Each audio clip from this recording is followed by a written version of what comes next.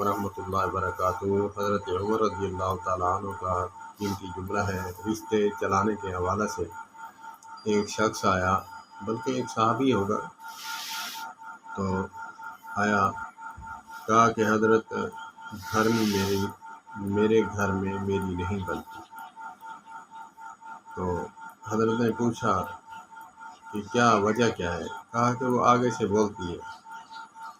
پھر گنوانے چلے گئے، کہا کہ صرف بولتی ہے آگے۔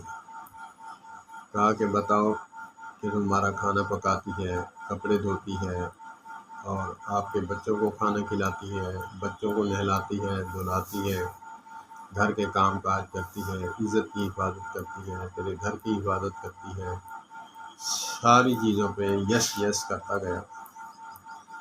تو کہا پیارے بھائی آپ دیکھیں کہ ہم بھی انسان ہیں، ہم بھی کتنی غلطیاں کرتے ہیں، تو اللہ پاک نے ہمیں ابھی تک پکڑا نہیں، چھوٹ دی ہوئی ہے۔ اگرچہ اپنی گناہوں کی معافی کروانی ہے تو اللہ عز و جل کی مخلوق پر رحم کرنا سیکھو۔ تو مہینہ دو کے بعد پھر ملا، دعائیں دینے لگا کہ اے امیر المومنین حضرت عمر فاروق رضی اللہ تعالیٰ عنہ، آپ کو میں دعائیں دیتا ہوں، میرا گھر بچ گیا ٹوٹنے سے، گھر جنت بن گیا۔ میں نے یہ فارمولہ آزمایا کہ 9 خوبیاں ہیں، ایک خامی ہے، ایک خامی جو ہے میں ہاتھ پہ لے کر بھاگ رہا ہوں، اور جو 9 خوبیاں ہیں وہ بغل میں لے کر دبا رہا ہوں۔